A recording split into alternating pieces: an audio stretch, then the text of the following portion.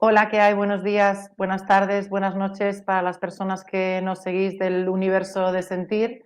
Hoy tenemos el lujo de compartir con la autora Begoña Aznárez la segunda edición de este precioso manual Psicoterapia breve con niños y adolescentes. El arte de entender, manejar, disfrutar y transformar la relación padres e hijos en terapia. Antes de pasarle la palabra a Begoña y agradecerle también su confianza, su compromiso y su implicación con la editorial Sentir, a hacer una breve presentación de esta autora. Begoña Aznárez es licenciada en Psicología por la Universidad Autónoma de Madrid y psicoterapeuta acreditada por la EFPA, vicepresidenta de la Sociedad Española de Medicina Psicosomática y Psicoterapia desde hace más de 20 años. Es especialista en psicoterapia breve con niños y adolescentes y creó su propio modelo de comprensión e intervención. Es fundadora, a su vez, y presidenta del Instituto para el Desarrollo y la Aplicación del MDR, que se llama la Asociación IDAE, y es directora de los cursos experto en clínica e intervención en trauma de psicoterapia breve con niños y adolescentes. Son títulos propios que además están reconocidos por la Universidad de San Jorge. Es codirectora del estudio clínico Impacto del tratamiento con MDR sobre los síntomas somáticos en pacientes con fibromialgia y trastornos de estrés postraumático. ¿Qué tal, Begoña? Hola, pues muy bien, la verdad, encantada de estar aquí. Muchas gracias por haberme invitado y por darme esta oportunidad de compartir un rato con ese universo del que hablabas, ¿no? Del universo sentir. Muy agradecida, la verdad, muy contenta. Gracias a ti, Begoña. Ya hemos conseguido una segunda edición de tu libro. Hablábamos antes de que ha sido uno de los libros incluso más solicitados en el Colegio Oficial de la Psicología de Madrid y bueno, pues ha tenido mucho éxito y esto quiere decir que bueno, pues hay muchos profesionales de la psicología y de la medicina, psicoterapeutas, que se están beneficiando pues bueno, de todo el contenido. ¿Nos puedes comentar un poquito en qué consiste la psicoterapia breve con niños y adolescentes?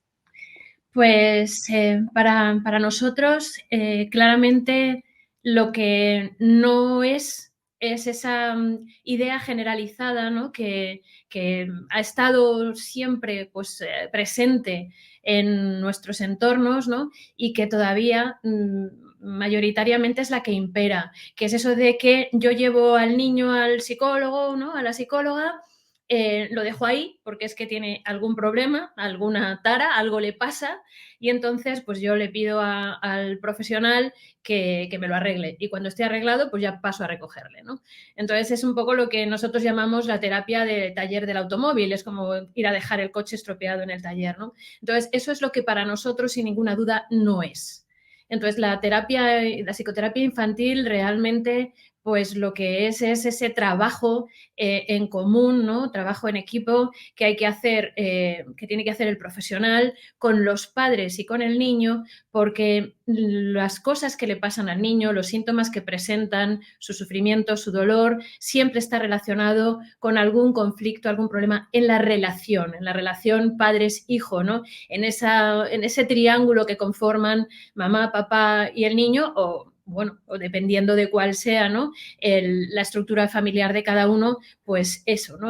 La relación con sus figuras principales de apego. Entonces, eso es lo que realmente suele verse afectado, es el conflicto fundamental, lo que explica el sufrimiento del niño y es a eso a lo que hay que mirar. Por lo tanto, es imprescindible que papá y mamá o las figuras que sean las figuras vinculares primarias estén involucrados, estén participando y estén claramente convencidos, ¿no? De que es algo suyo también, no es un problema del niño.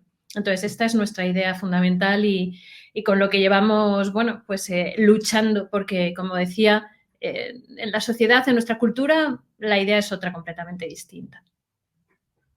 Muchas gracias, Begoña. Efectivamente, como dices, incluso roza, yo muchas veces digo, lo no ético, ¿no? El hecho de atender a niños de manera individual y no entender a los niños dentro de lo que es su sistema familiar, en muchas ocasiones pues, nos llama la atención, ¿no? Que en otros contextos esto se pueda entender así y como tú dices, esto al final es un trabajo en el equipo, ¿no? Absolutamente, absolutamente. En tu libro, además, está muy organizado por todas las partes y es de mucha utilidad y a nivel muy práctico a través de muchos ejemplos. un apartado de introducción, de toda la fase de evaluación, de que hay un informe, la entrevista también de devolución, que también es muy importante, ¿no? El poder de la magia, hablas también mucho de las emociones, ¿no? Y de la inteligencia emocional desde esta psicoterapia, la parte del trauma psíquico infantil y cómo se aborda, ¿no? Desde este enfoque, estas terapias narrativas y la estimulación bilateral junto con estas terapias. Está muy, muy organizado, como digo, con ejemplos, con casos clínicos, con la presentación de técnicas, herramientas. En el caso, tú como gran experta también del trauma psíquico infantil, en este tipo de casos, ¿nos podrías profundizar un poco más cómo se abordan en casos de trauma infantil? Pues hombre, así para, para un par de minutitos o 3 es complicado, ¿no? Pero lo más importante que hay que entender es que el trauma infantil es mucho más frecuente de lo que nos imaginamos. Hasta hace bien poco se consideraba que traumático era solo aquello que ocurría excepcionalmente, ¿no? En la vida de una personita. Pero en realidad lo que se ha ido viendo en los últimos años y se ha ido estudiando y se ha ido investigando es que el trauma infantil es normativo, es decir, es lo normal, es la norma. El niño, porque la vida es así, va a experimentar situaciones complejas, situaciones difíciles, situaciones que podríamos denominar traumáticas, ¿no? Y entonces es algo que está presente en nuestras vidas, todos tenemos alguna situación traumática que contar y por lo tanto lo primero de todo es, bueno, pues integrar esa idea, ¿no? De que tenemos que localizarlo, tenemos que investigar, tenemos que ver, ¿no? Mucho más allá de lo que es el motivo de consulta, ¿no? Porque por eso nosotros incidimos tanto y hay un capítulo tan largo relacionado, ¿no? Con la evaluación y con el informe y todo esto, ¿no? Porque efectivamente el primer paso para tratar cualquier cosa es verlo y entenderlo, ¿no? Y entonces desde ahí saber qué es lo que voy a hacer, ¿no? Cómo voy a organizar la intervención. Entonces, si solo atendemos al motivo de consulta y solo miramos que es que el niño pues se comporta muy agresivamente últimamente o no atiende o no se concentra o X, ¿no? Síntomas o viene con muchas somatizaciones y entonces se queja de dolores constantes de tripa o de cabeza o con dermatitis o estas cuestiones, si solo atendemos al síntoma, no estamos viendo lo que hay detrás. Y lo que hay detrás, y digo que explica realmente el síntoma, suele ser con mucha frecuencia alguna experiencia traumática. Entonces, el primer paso es mirarlo, verlo, entender lo que está pasando, evaluar, darse cuenta, ¿no? El organizar a su vez con los padres la narrativa de qué hay detrás de todo esto, ¿no? El niño se construye en la relación, el ser humano se construye en la relación con sus figuras principales de apego y tiene que haber, para que se produzca esa reconstrucción, ¿no? Que podría ser a lo que equivaldría el proceso psicoterapéutico,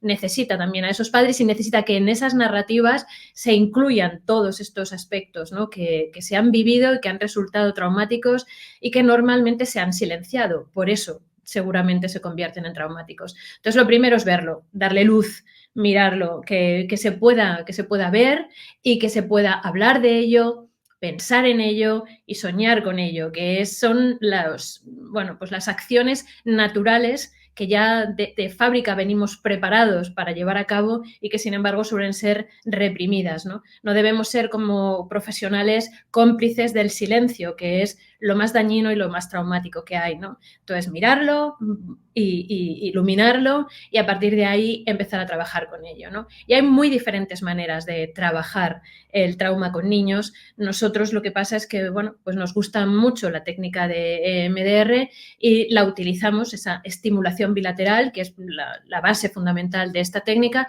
la utilizamos para trabajar el trauma, ¿no? Siempre también, además, buscamos la participación de los padres, siempre buscamos pues mucha psicoeducación en relación con esa inteligencia emocional, como comentabas antes, y por supuesto, pues esa resignificación de todo lo vivido para que la narrativa que resulte después sea una narrativa completa, es decir, que ya no deje fuera un montón de situaciones que ese chiquitín o chiquitina ha podido vivir y que efectivamente se han quedado silenciadas y por lo tanto ¿no?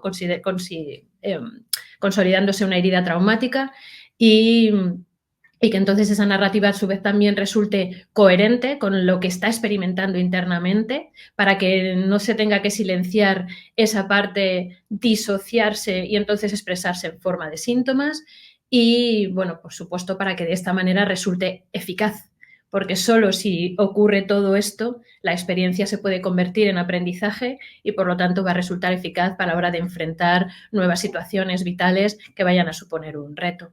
Entonces, bueno, esto por resumir mucho y muy ampliamente, un poco superficialmente, ¿no? Muchas gracias, Begoña. También tenemos aquí una advertencia, me da un prólogo, tenemos aquí una advertencia al inicio del libro del doctor José Luis Marín, una persona que yo admiro muchísimo como a Begoña, la verdad que son grandes maestros de muchos de los profesionales de la psicología que en el día a día también nos referimos a y trabajamos con la población infanto-juvenil, ¿no?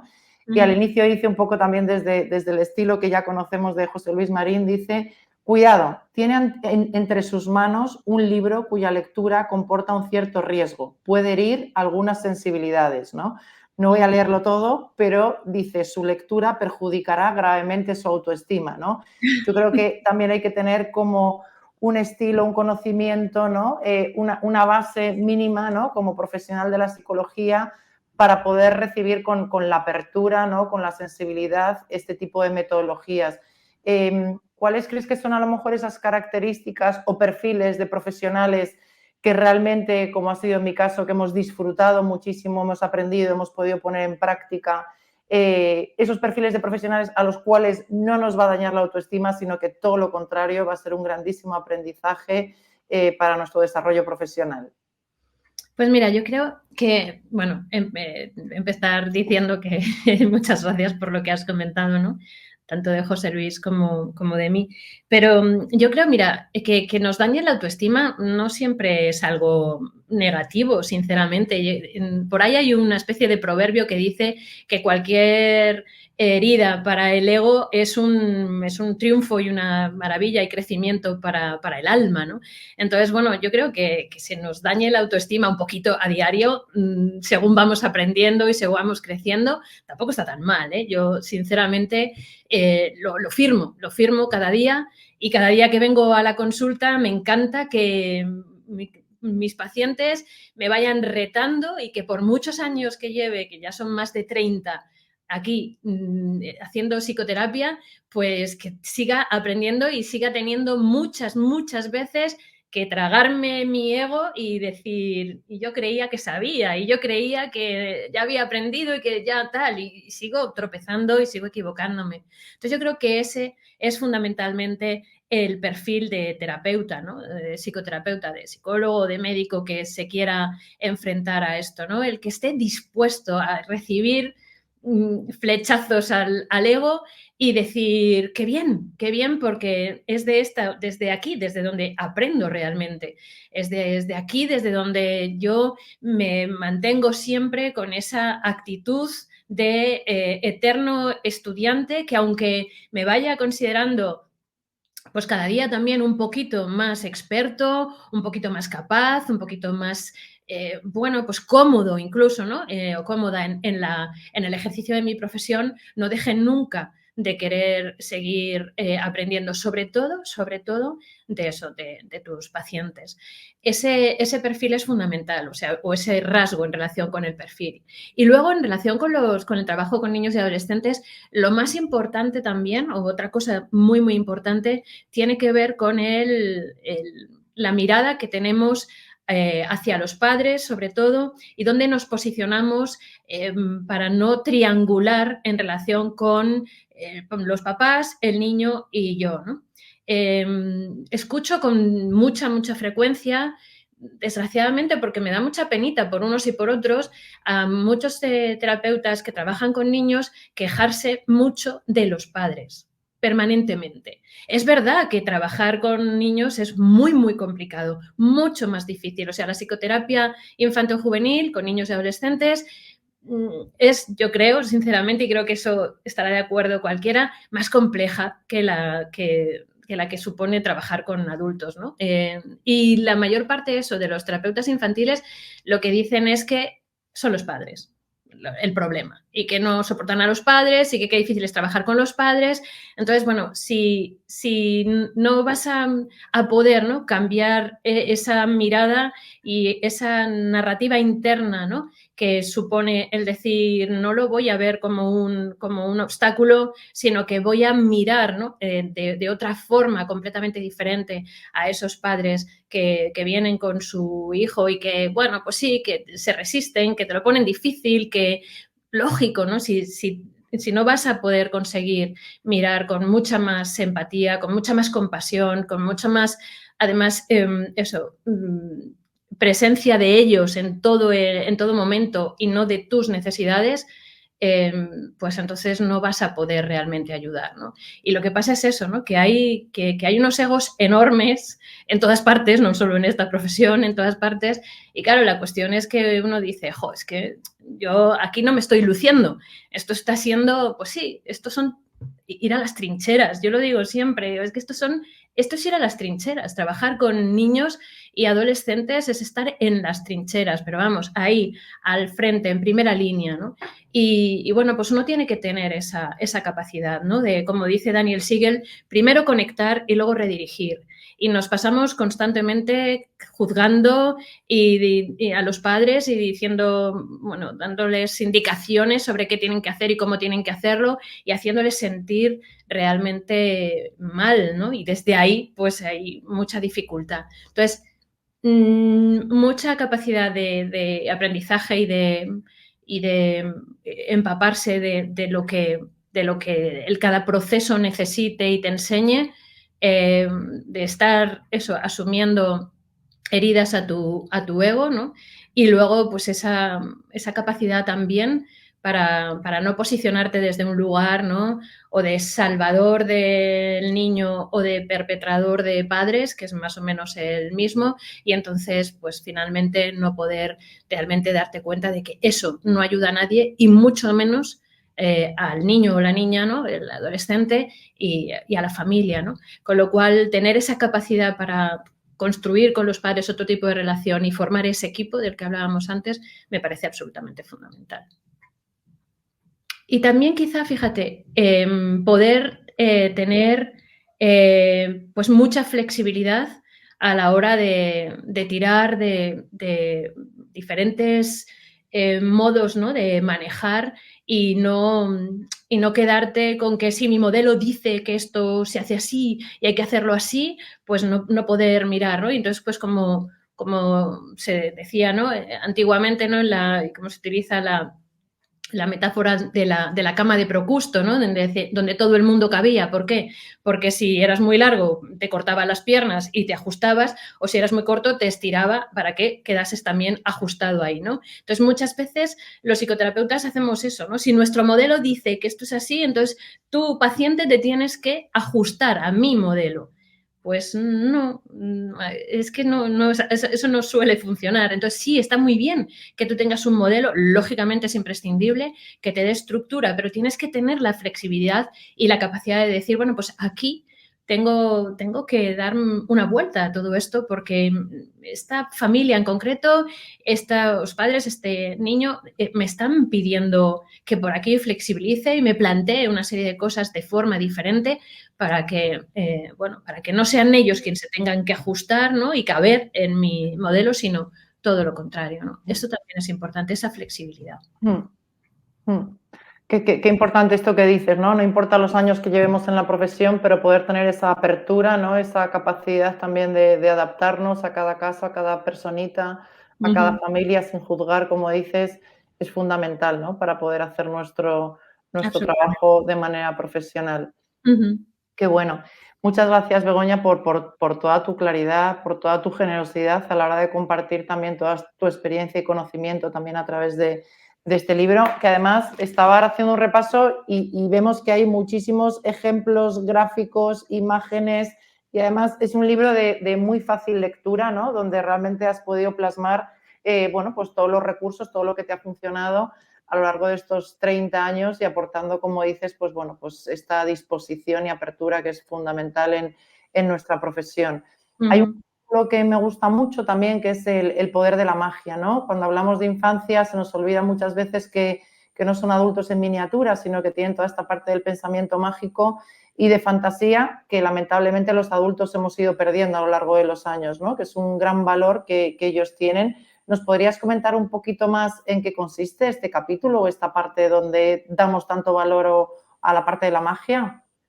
Pues mira, yo diría que es mi capítulo favorito, sinceramente. La magia es muy, muy importante para el ser humano, absolutamente fundamental. Y no solo para el cachorrito chiquitín, ¿no? Claro que ahí es clave, ¿no? Esa fantasía de la que hablabas y ese mundo mágico que salva y que proporciona tantas alegrías, tanto bienestar, ¿no? Pero es que eso lo cercenamos como adultos, pero no significa que no sigamos necesitando, ¿no? Un montón de magia, ¿no? Y que no utilicemos la magia permanentemente. Para mí esto explica claramente pues la evolución del ser humano y el manejo que hacemos a medida que vamos evolucionando pues de lo que es la información que vamos obteniendo, tanto de dentro como de fuera, y con ella cómo vamos construyéndonos y cómo vamos construyendo la idea que tenemos de nosotros mismos y del mundo que nos rodea. Porque la palabra magia implica fundamentalmente poder, que es el poder de conseguir resultados completamente distintos a los esperados, ¿no? Entonces, por eso claro, pues cuando haces un truco de magia, se habla ahí de magia, porque de pronto cuando dices voy a hacer desaparecer esta moneda, lo que uno está pensando es claramente que el resultado de que yo ponga la moneda aquí en este pañuelo y luego la haga desaparecer es que no va a poder ser. O sea, que por mucho que yo ponga un pañuelo encima de la moneda, de pronto no va a desaparecer, o que saque de mi chistera una paloma, ¿no? Y sin embargo ocurre, ¿no? Entonces el resultado de esa acción es completamente inesperada, es como un poder, ¿no? Que tenemos. Entonces el ser humano se aferra a ese poder desde siempre para producir resultados diferentes a los naturalmente esperados. Y entonces, claro, nuestros sueños y nuestras fantasías están cargados de esa magia, y nuestro día a día, si no se ve, en cierto modo, ¿no?, espolvoreado por lo que yo llamo ese polvo de hadas que te dé esa ilusión bueno, oye, a ver si en este día consigo resultados diferentes a los esperados. Y a veces son micro resultados en plan de bienestar, ¿no? De más felicidad, de más tal. Bueno, pues que me produzca, que sea capaz de decir, pues a ver si hoy cualquier cosa me la voy tomando de una manera, ¿no?, que me haga sentir un poquito mejor. Y entonces soy capaz bueno, pues de responder a las interacciones con mi jefe, con mi pareja, con mis hijos, con mis amigas, de forma distinta, y que entonces eso redunde en mi bienestar, ¿no? Entonces, desde ahí, si somos capaces de eso, pues de generar ese polvo de hadas necesario para transformar el día a día, que al final es rutinario y que puede ser pues para todos. O sea, todos podemos encontrar normalmente en nuestra vida cuestiones que nos pasen, cosas a diario que bueno, generen una narrativa claramente negativa. Pues de aburrimiento, eso, de rutina, de sufrimiento, de malestar, de cosas que, ¿no?, de problemas, de cómo está el mundo, o sea, dentro, fuera, alrededor. Pero claro, depende de nosotros estrictamente que podamos cambiarlo y decir, bueno, a pesar de todo esto, voy a ver si yo puedo mirar de otra manera, ¿no? Entrenar mi mirada y entrenar el cómo me relaciono con todo eso y qué significado le doy a lo que estoy viviendo, ¿no? Entonces, eso sería un poco lo que yo llamo magia blanca. Todo esto lo construí con mis pacientes y recuerdo perfectamente, a su vez, cómo trabajando con una paciente a mí que me gusta mucho utilizar los papeles para hacer esquemas, para hacer dibujos, para representar, ¿no? Porque cuando uno convierte en imagen alguna explicación, normalmente se entiende mucho mejor, porque claro, participa el hemisferio derecho, que aprende por imágenes, ¿no? Y entonces ahí la comprensión de lo que ocurre es mayor. Y me recuerdo haciendo este esquema con mis pacientes y que el esquema fuera creciendo con ellos, ¿no? Entonces, la idea es que, claro, esto sería esa magia blanca que todos necesitaríamos, ¿no? Introducir en nuestras vidas, y que es tan importante que los padres también cada mañana intenten, ¿no?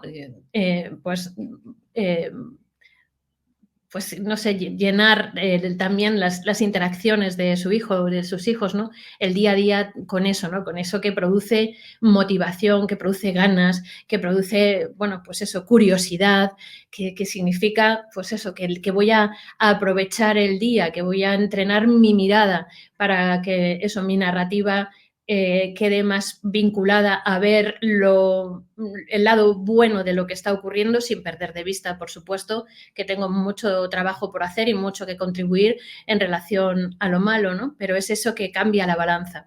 Y lo que pasa es que el ser humano, bueno, pues desde que viene al mundo, desde muy temprano, pues llega con angustia porque hay mucha información que necesita que se la traduzcan sus padres, ¿no? Que son las figuras de apego principales.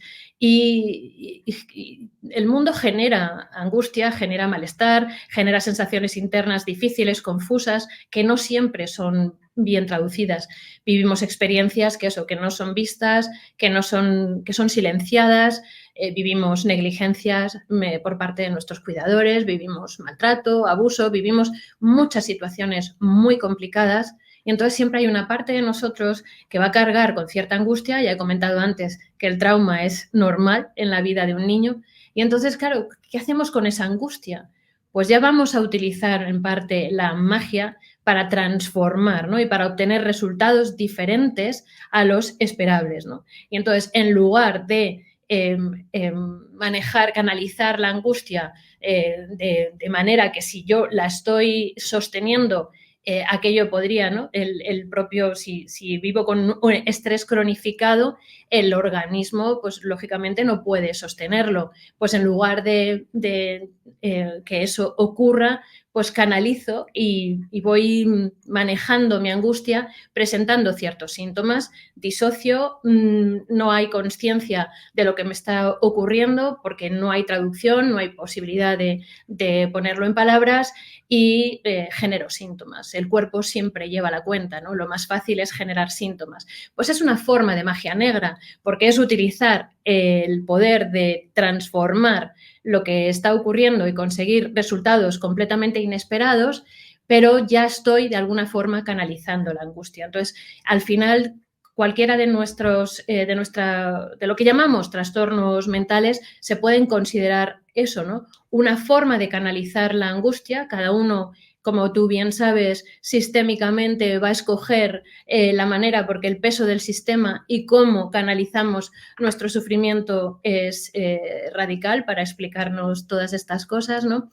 Y entonces, bueno, pues yo voy a presentar síntomas en un sentido, en otro, y voy a presentar compulsiones o fobias o depresión, que es una forma eso, de manejar la angustia, y es una forma de utilizar la magia y el poder de transformar la realidad y de conseguir resultados inesperados muy, muy poderosa, que el ser humano ha venido utilizando siempre, ¿no? Por eso también parece tan mágico lo que hacemos en psicoterapia. ¿Cómo es posible que esos síntomas queden revertidos cuando efectivamente ya le doy el significado a lo que está ocurriendo, lo conecto con aquello que me sucedió y le doy voz y narrativa a todo? Y esto me explica, ¿no? Entonces, en ese sentido es en el que yo hago equivaler que con el esquema los pacientes lo entienden enseguida y para ellos es muy fácil verlo, esa forma de generar sintomatología con la forma de utilizar la magia para expresar esa angustia, ¿no? Y ahí estaríamos hablando de magia negra, mientras que cuando en mí hay consciencia y yo digo, vale, me hago cargo, yo sé que el día a día en el mundo no es fácil y no es bonito, que hay un reto diario para levantarme de la cama y motivarme y decir, venga, voy a dar lo mejor de mí. Sé que es difícil y que podría, como decía antes, enseguida pues dejarme empapar por lo negro y decir, me rindo y ni lo intento, ¿no? Pero me sobrepongo a eso y consigo, ¿no? ¿Desde dónde lo consigo? ¿Desde dónde consigo motivarme y decir, pues claro que sí, voy a dar lo mejor de mí? Pues desde ahí, ¿no? Desde que he conseguido esa base que supone haberme traducido, haberme explicado, haber entendido y haber ya pues hecho los duelos, ¿no? Relacionados con todo aquello que a mí me habría gustado tener y nunca tuve, ¿no? A partir de ahí ya se puede generar magia blanca, se puede generar polvo de hadas. No sé si me he explicado bien, ojalá que sí. Súper, súper, Begoña, súper bien. Muchísimas gracias. Muy, muy interesante todo lo que comentas. Ya estamos casi fuera de tiempo, así que sí que me gustaría hacerte una última pregunta. Es muy interesante toda esta fusión de lo que son las escuelas narrativas, humanistas, sistémicas, a lo largo de tus páginas, ¿no? Y desde esta parte también de la importancia del valor del vínculo, del respeto hacia el paciente, desde el no juzgar, ¿no? En una sociedad donde vivimos con tantos juicios constantes. En relación a la MDR, que cada vez tiene una mayor evidencia y se viene utilizando más dentro del ámbito de la psicoterapia, yo ahí desde mi total desconocimiento, que además actualmente tengo que reconocer que soy alumna vuestra en vuestra formación de psicociencias y la verdad que es maravilloso también toda la formación que proponéis y también las facilidades y flexibilidad que dais. Pero para las personas que no conocen o que no conocemos tanto esto del MDR y sobre todo también lo comentas en el capítulo de trauma y también en la estimulación bilateral, en población infanto-juvenil, ¿en qué consiste realmente? ¿Qué es esto exactamente, ¿no? De la estimulación bilateral. Vale. Pues a ver, lo más brevemente posible. La técnica supone en su traducción pues que utilizas, que vas a desensibilizar y a reprocesar a partir de los movimientos oculares, ¿no? Esa serían la traducción de las siglas EMDR. Entonces, esto en realidad es hacer con voluntad y con conciencia en la consulta lo que tu cerebro ya hace de forma inconsciente e involuntaria durante el sueño, ¿no? En sueño REM, nuestros ojos se mueven con mucha rapidez en lo que se llaman movimientos sacádicos, ¿no? De un lado para otro, en una fase muy profunda del sueño. Y entonces, con lo que se descubrió cuando se investigaba sobre ello, es que el cerebro lo hace para organizar toda la información que hemos obtenido en vigilia y todo lo que hemos vivido, todas esas experiencias y poder, como decíamos antes, ¿no? Pues transformarla en aprendizaje. De manera que así cuando yo me enfrente a situaciones relativamente parecidas, ¿no? Que suponen un reto concreto o lo que sea, pues que yo pueda decir, pues mira, esto que hice aquí, que me sirvió, me vino bien y entonces pues voy a repetirlo, ¿no?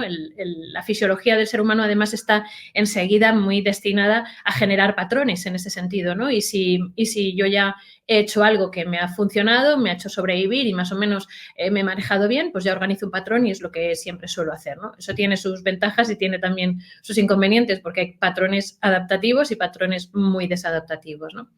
Entonces, bueno, el caso es que lo que se ha visto es que efectivamente nos ayuda a organizar esa experiencia y a transformarla en aprendizaje. Entonces, lo que hizo Francine Shapiro, que fue la creadora de la técnica, fue decir, bueno, si esto lo hace el cerebro, él solo, automáticamente, como si fuera, pues eso, un sistema innato que traemos al mundo para ir digiriendo las experiencias emocionales, y si yo lo provoco en la consulta, ¿qué pasará? Y lo que pasó es que vio que era increíble lo que se encontraba. Al principio lo llamó EMD porque pensaba que simplemente se producía desensibilización, que es lo que ya veníamos haciendo en consulta pues desde hace años los psicoterapeutas, ¿no? Que suponía pues ir, bueno, pues rebajando el nivel de intensidad emocional con el que vivimos algunas situaciones, ¿no? Para ir pudiendo revertir, ¿no? Y descondicionar algunas respuestas, ¿no? Entonces, bueno, pues dijo, venga, pues qué bien que esto nos ayude, es una forma de como de meter el acelerador, de pisar el acelerador para esta desensibilización. Pero lo que se encontró es que había mucho más, porque resulta que sus pacientes espontáneamente durante el procedimiento pues conseguían darle un giro importante a las ideas, a las creencias asociadas a lo vivido, ¿no? Creencias relacionadas con uno mismo y con el exterior, con lo de afuera. Entonces, bueno, ahí es cuando añadió la R de reprocesamiento y cuando se vio la potencia, la gran potencia de la herramienta, ¿no? Entonces, al principio siempre lo hacía utilizando sus dedos o, pues yo qué sé, pues utilizar un lápiz, un bolígrafo, ¿no? Que mueves para que provocar el movimiento, ¿no? Le pides a tu paciente que vaya siguiendo el movimiento de tus dedos o de lo que sea que tengas en las manos para que los ojos se muevan, ¿no? De algún modo emulando lo que hacemos, como decía, por la noche en el sueño. Por eso lo llamo desensibilización y reprocesamiento por el movimiento ocular. Pero enseguida se dio cuenta de que en realidad no era el movimiento ocular, sino la estimulación bilateral de cada uno de los hemisferios lo que producía esos efectos tan positivos, ¿no? Y entonces se dio cuenta de que podíamos hacer esa estimulación bilateral de otras muchas maneras, con sonidos bilateralizados, ¿no? Sonidos alternantes, con toques en las manos, en los hombros, en las piernas. Entonces, bueno, pues toda la artillería, digamos, ¿no? De maneras que tenemos de producir estimulación bilateral se vio aumentada porque ya no es solo la posibilidad de hacerlo con los dedos o con lo que sea, con las manos, para que haya movimiento ocular, sino que se da esa estimulación bilateral de otras muchas maneras. Y eso nos ayuda mucho, porque, por ejemplo, con los niños, pues es muy difícil que a lo mejor puedas tenerles quietos, sentados, aunque procesan muy bien con movimientos oculares, pero a veces en algunos casos es difícil, ¿no? Y en algunos momentos pues puede requerir que lo que estés trabajando pues tenga que ser a partir del juego, porque la cuestión en EMDR es que tu paciente esté claramente conectado con esa emoción perturbadora y entonces recurras a la estimulación bilateral, porque eso es lo que va a conseguir que haya desensibilización. Todo lo traumático, la memoria traumática no recuerda, reexperimenta. Y es justo lo que queremos, que el paciente esté reexperimentando, esté ahí, aunque esté en el pasado, esté reexperimentando aquello que vivió, con un pie aquí y otro allí. No podemos perder esa atención dual, porque si no nos disociaríamos y no serviría de nada, pero sí, pero reexperimentando todo lo que viviste en su momento. Entonces, claro, los niños pues no quieren. El adulto puede decir, venga, me da mucho miedo, pero coopero y colaboro y venga, me voy contigo ahí, ¿no? Pero el niño dice, ni de broma. Por eso decimos que es una de las cuestiones más difíciles de trabajar cuando estás trabajando con trauma psíquico, la fobia a la reexperimentación. Por eso, porque la memoria traumática reexperimenta. Entonces, claro, a los niños a veces hay que pillarles un poco ahí a los adultos también, de refilón, pero con el juego. Entonces, el juego simbólico nos ayuda un montón. Entonces, ¿qué ocurre? Pues que a los niños, pues si les pones, por ejemplo, yo utilizo con los niños en consulta, pues hay unos aparatitos para conseguir esos sonidos bilateralizados o vibraciones, yo le llamo las almendritas, entonces son dos especies de almendritas que están conectadas por un cable al aparatito, entonces tú puedes poner esas almendritas que vibran alternadamente en los bolsillos de los pantalones, de las faldas, de lo que sea que lleven los cachorritos, y entonces ellos están notando esa vibración, están por tanto recibiendo estimulación bilateral, pero están jugando, están representando. Externalizar lo que te pasa siempre es mucho más fácil para poder sostenerlo. Se reexperimenta de una forma un poquito más fácil, más llevadera. Entonces tú estás haciendo juego simbólico, por ejemplo, en la caja de arena, ellos están conectando con su malestar y a su vez están estimulados. Y entonces el hecho de poder trabajar así hace que se estén beneficiando de la estimulación bilateral, eso esté desensibilizando y esté haciendo todo su efecto también de reprocesar, y el niño no se da cuenta porque simplemente está jugando. Bueno, hay un nivel en el que se da cuenta, ¿eh? Hay veces que te dicen, quítame esto, tal, porque están claramente conectando y les resulta complicado, ¿no? Les resulta difícil y de alguna manera entienden de alguna manera, porque además también se lo explicamos, yo se lo explico todo. Te voy a poner estos cascos o te voy a poner estas cositas aquí, porque vamos a hacer una magia que te va a quitar todos los miedos. Entonces ellos saben que en parte es esto lo que les está produciendo, ¿no? Pero lo pueden sostener. Entonces, a través del vínculo, efectivamente, que es lo primero que hay que generar, y la confianza que eso confiere a todo el proceso, se van dejando llevar y el juego simbólico les conecta y la estimulación bilateral va haciendo que se produzca esa desensibilización y ese reprocesamiento.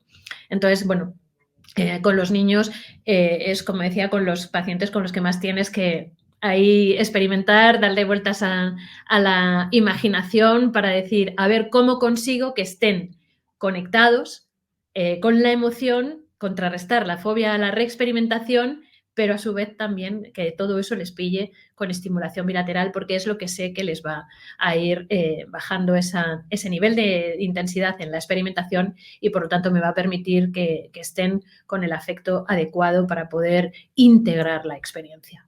Con adolescentes siempre es más fácil, uno puede ya con ellos, dependiendo de la edad, manejarse bueno, pues casi como un adulto, quiero decir, puedes utilizar los protocolos más o menos que se han generado en MDR, ¿no?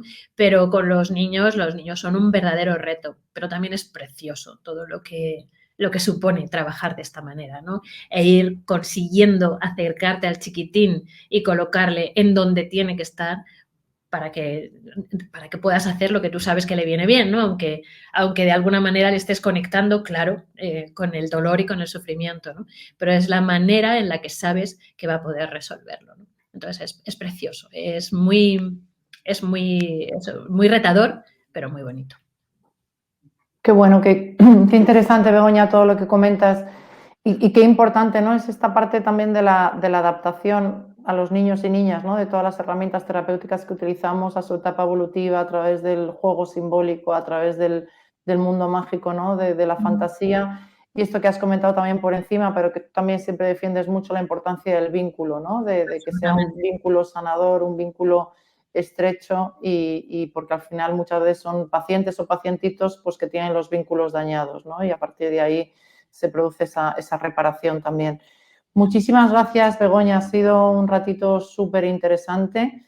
Gracias por tu gran aportación a la profesión, por tu gran labor en población también infanto-juvenil, que como tú dices es muy compleja y requiere también de esta seriedad, de este rigor profesional para poder adaptarnos y abordarlo de una manera también muy, muy seria. Y nos vamos a tener que despedir. Igualmente, esto ha sido una breve introducción de lo que es la psicoterapia breve con niños y adolescentes ya en su segunda edición. No sé, Begoña, si antes de despedirnos hay algo que quieras decir, alguna última cosita. Bueno, pues para empezar, darte las gracias, daros las gracias a Sentir y luego a ti en particular, porque es que me emociona lo que has comentado de que bueno, pues de que nos has dado esa confianza para estar como alumna cuando ya sé que tú, bueno, pues ya tienes también mucha experiencia y mucha sabiduría a tus espaldas, así que es un honor. Muchas gracias. Y bueno, pues simplemente para terminar, pues insistir en que la relación con nuestros hijos, la relación con nuestros chiquitines, ¿no? Y chiquitinas, merece la pena el esfuerzo. Todo lo que invirtamos en mejorar ese vínculo con ellos es absolutamente, bueno, pues es que siempre compensa, siempre.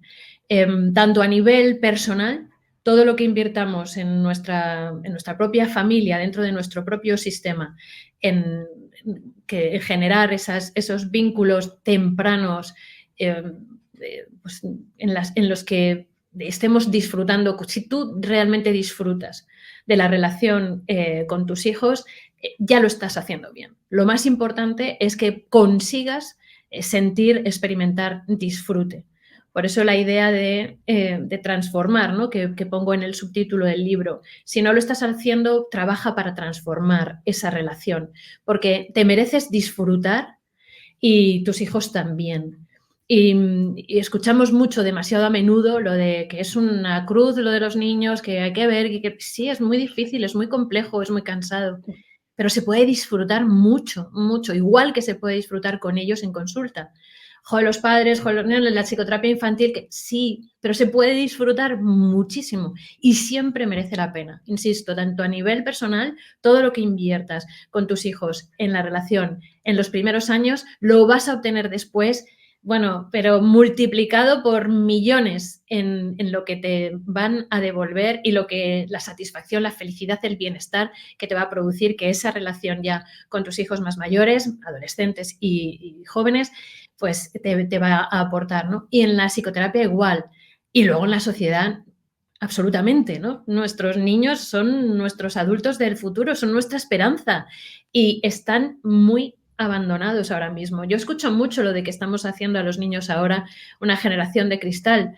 No lo creo, no estoy de acuerdo con eso. El hecho de que en teoría vivan a nivel, ¿no?, material mejor que nunca no significa que estén mejor que nunca, porque les damos mucho de muchas cosas, pero no son las más imprescindibles. Y lo más imprescindible para un niño somos nosotros, somos sus adultos de referencia. Entonces, bueno, pues buscad tiempo de calidad para estar con vuestros hijos y si no disfrutáis, por Dios, hacedoslo mirar para que podáis disfrutar, porque os estáis perdiendo lo mejor de este mundo, ¿no? Tanto como padres como como terapeutas. Este sería el mensaje final. Muchísimas gracias, Begoña Aznárez, una gran maestra, un gran referente con más de 30 años de experiencia y de sabiduría a tus espaldas, por tu tiempo, por haber confiado y haber elegido sentir en la publicación de la difusión de tu gran trabajo. Aprovecho también para recomendar una entrevista que le hicieron, que está una periodista, Irene Antón, de nuestro equipo de Sentir en nuestro canal de YouTube, que es una entrevista preciosa y también súper interesante. Y también aprovecho para recomendaros que nos sigáis en las redes sociales, en las newsletters que siempre enviamos los viernes con un montón de contenido, novedades y nuevos eventos. Y también agradecer a Andrea, a la compañera de comunicación, que está siempre aquí detrás haciendo posible que estos espacios pues, se puedan dar lugar. Así que hasta pronto y muchas gracias. Nos vemos aquí en Sentir. Muchas gracias, un placer. Gracias.